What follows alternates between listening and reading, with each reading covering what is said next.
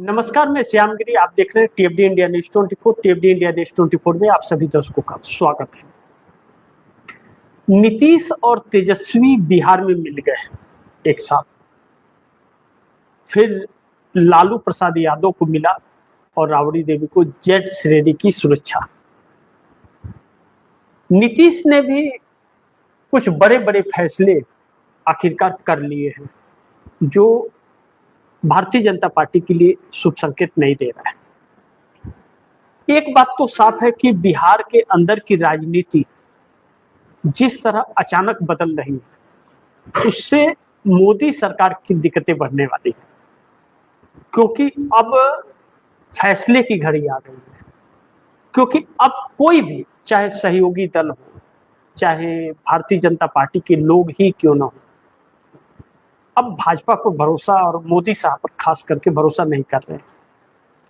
मैं बिहार की इन खबरों पर आऊं उसके पहले आप दर्शकों को जरा अयोध्या की बात बता दूं कि नितिन नवीन जो राष्ट्रीय अध्यक्ष हैं, अयोध्या गए हुए थे, अध्यक्ष हैं राष्ट्रीय। उनके साथ भारतीय जनता पार्टी के बड़े बड़े नेता, डिप्टी सीएम केशव प्रसाद मौर्य, ब्रजेश पाठक जैसे लोग और दिग्गज प्रदेश अध्यक्ष सब गए। लेकिन रोड शो, आप दर्शक सोचिए, किस लिए रोड शो करने नितिन नवीन गए अयोध्या? राम मंदिर में चोरी हुई है, चोर के मुंह पर काला पोता गया है, और तभी भी बेशरम के जैसे चोर पहुंच जाए तो क्या होगा? यह मैं नहीं कह रहा, यह वहां के लोग का कहना है, लोग चर्चाओं में कहते हैं। अब सवाल यह है कि नितिन नवीन राष्ट्रीय अध्यक्ष गए, ऐसे वक्त में गए कि राम मंदिर में अच्छी खासी चोरी हुई है, और इस चोरी के बीच जो बड़ी समस्या रही कि इनके रोड शो में कोई नहीं आया। कौन आएगा? जिस पार्टी का कमान, जिस भारतीय जनता पार्टी का कमान और आरएसएस का कमान राम मंदिर में पूरी निगरानी है, वही लूट रहे, तो उनके सभा में कौन जाएगा? आप दर्शक एक बात तो ध्यान में रख लीजिए कि भारतीय जनता पार्टी को कोई वोट नहीं दे रहा है और ना तो इनके पक्ष में जनता है देश की। यह सिर्फ चोरी और डकैती की, जैसे पैसे चोरी डकैती कर रहे हैं मंदिर के अंदर, वह कुछ भी चोरी डकैती कर सकता है।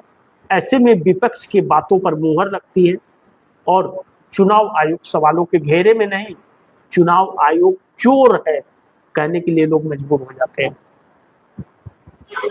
अब दूसरी बड़ी महत्वपूर्ण बिंदु यह है कि नीतीश और तेजस्वी मिल गए। 30वां स्थापना दिवस आरजेडी का था, धूमधाम से मनाए गए। लालू प्रसाद यादव फिर एक बार एक्टिव मोड में आए, दिखे। आज भी आरजेडी का कमान लालू प्रसाद यादव के हाथ में, लेकिन सभी को बुलाया गया, नीतीश को। और नीतीश के बहुत अच्छे दोस्त हैं लालू प्रसाद यादव, नीतीश कैसे पीछे रह सकते हैं? लेकिन एक बड़ी महत्वपूर्ण रहा कि जो सम्राट चौधरी ने राबड़ी देवी का और लालू प्रसाद यादव का सुरक्षा हटा दिया था, बहुत एक दो हवलदार तक लाकर के खड़ा कर दिया था, आखिरकार नीतीश ने सम्राट चौधरी और भाजपा का साथ नहीं दिया। लालू प्रसाद यादव, तेजस्वी यादव और राबड़ी देवी का साथ दिया।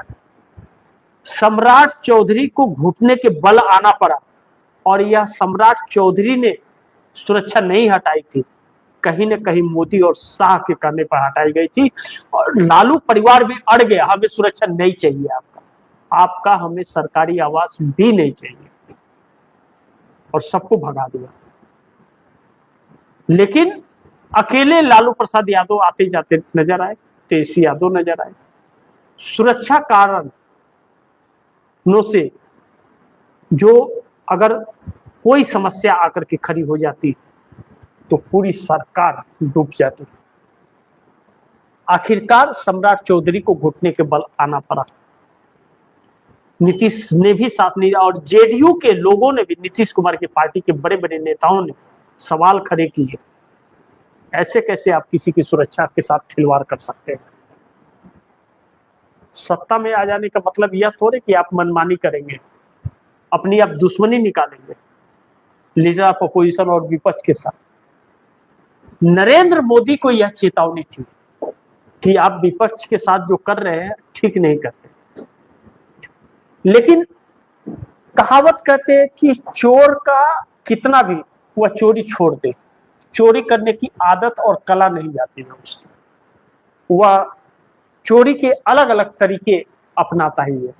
वही हाल भारतीय जनता पार्टी के। लेकिन अब सुरक्षा तो मिल गई, लेकिन आवास खाली हो गया और लालू प्रसाद यादव अपने आवास में जा रहे हैं। अब नीतीश कुमार भारतीय जनता पार्टी के साथ रहेंगे क्या, या गठबंधन टूटेगा? नीतीश कुमार बड़े बड़े फैसले ले रहे हैं और बहुत बड़ी तैयारी कर रहे हैं, रातों रात बड़ा फैसला ले रहे हैं नीतीश कुमार, जो सुबह चौंकाने वाला होता है। और ऐसे में नीतीश ने ऐसा कर दिया, नीतीश कुमार के फैसले ने हिल गई पूरी बिहार से लेकर दिल्ली तक की सरकार। डिप्टी सीएम के पोस्ट पर सवाल खड़ा कर दिया अमित शाह पर, और डिप्टी पीएम के लिए, माफ कीजिएगा डिप्टी सीएम मैंने कह दिया, डिप्टी पीएम, डिप्टी पीएम के नाम पर ही नीतीश कुमार को बिहार से सीएम की कुर्सी से हटाया गया था। यही शर्त था कि आप सीएम का पद छोड़ दीजिए, आपको डिप्टी पीएम का पद देते। नीतीश कुमार को डिप्टी पीएम दिखावा के लिए, नाम के लिए नहीं चाहिए। नीतीश कुमार को डिप्टी पीएम बनने का मतलब है कि प्रधानमंत्री के पावर का हिस्सेदारी भी चाहिए। अब सोचिए आप दर्शक, कितना आश्चर्यजनक बात है। क्या नरेंद्र मोदी अपने पावर में कोई कटौती करेंगे? और जेडीयू झुकने को तैयार नहीं है, नीतीश कुमार की पार्टी अब झुकने को तैयार नहीं है, तो मोदी ने एक गेम खेल दिया। मोदी चाहते हैं कि आने वाले दिन में अमित शाह प्रधानमंत्री बने, और अमित शाह के बीच में अड़चन यह आ रही कि भाजपा भी सपोर्ट नहीं करेगी, एनडीए भी सपोर्ट नहीं करेगा, इसलिए डिप्टी पीएम बना दिया जाए। डिप्टी पीएम बनाने से कोई समस्या नहीं उभरेगी, लेकिन डिप्टी पीएम का तो वादा नीतीश कुमार से हुआ था। अब नीतीश कुमार ने बिहार सरकार पर कब्जा कर लिया है। और दूसरी चीज, नीतीश कुमार लालू प्रसाद यादव से मिल गए, कई गुप्त बैठकों की बात कही जा रही है, कई बार फोन पे चर्चा की बात कही जा रही है। कहा जा रहा है नीतीश कुमार ने पूरा प्लान सेट कर दिया, और नीतीश के पाला बदलते ही चंद्रबाबू नायडू समर्थन वापसी का ऐलान कर देंगे, और ममता बनर्जी के साथ भी बातचीत शुरू है। ऐसे में लालू प्रसाद यादव की सुरक्षा मामलों में सम्राट चौधरी सरकार का घुटने के बल आना इस बात का संकेत देता है कि सब कुछ सरकार में ठीक नहीं है। सम्राट चौधरी नीतीश कुमार के बगैर पत्ता भी अब नहीं हिला पाएंगे, और नरेंद्र मोदी डिप्टी पीएम अगर अमित शाह को बना दिए तो सरकार गिर जाएगी, सरकार बचा नहीं पाएंगे, किसी भी कीमत पर नहीं बचा पाएंगे।